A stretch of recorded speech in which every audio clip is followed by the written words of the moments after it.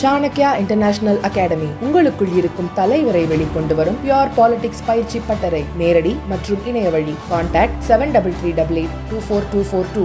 அண்மை செய்தியை பார்த்து கொண்டிருக்கிறோம். மயிலாடுதுறை நகராட்சி பொதுநல மருத்துவமனையை குப்பை மேடாக மாற்றியது அரசின் கையாளாகாத தனத்தை வெளிப்படுத்துவதாக அண்ணாமலை குற்றம் சாட்டியுள்ளார்.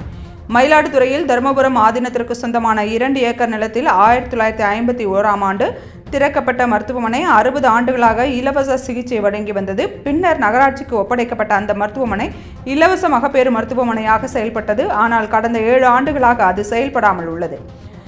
2019இல் பொதுமக்கள் எதிர்ப்பையும் மீறி மருத்துவமனைக்குள் குப்பை நுண்ணுயிர் கிடங்கு அமைக்கப்பட்டது. தற்போது அதுவும் செயல்படாமல் குப்பைகள் குவிந்து சுகாதார சீர்கேடு ஏற்பட்டுள்ளது.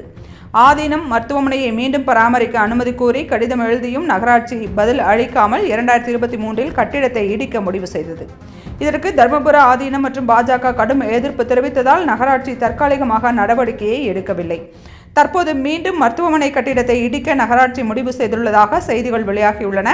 இதற்கு ஆதீனம் தரப்பு கடும் எதிர்ப்பு தெரிவித்துள்ளது. தருமபுர ஆதீனம் இதை எதிர்த்து சாகும் வரை உண்ணாவிரதம் இருக்கப் போவதாக அறிவித்துள்ளார். இது சமூகத்தில் பெரும் அதிர்வலைகளை ஏற்படுத்தியுள்ளது. கோவில் மற்றும் ஆதீன சொத்துக்களை திமுக அரசு அத்துமீறி ஆக்கிரமிப்பதை நிறுத்தி அந்த நிலத்தை உடனடியாக தருமபுர ஆதீனத்திடம் ஒப்படைக்க வேண்டும் என தமிழக முன்னாள் பாஜக தலைவர் அண்ணாமலை வலியுறுத்தியுள்ளார்.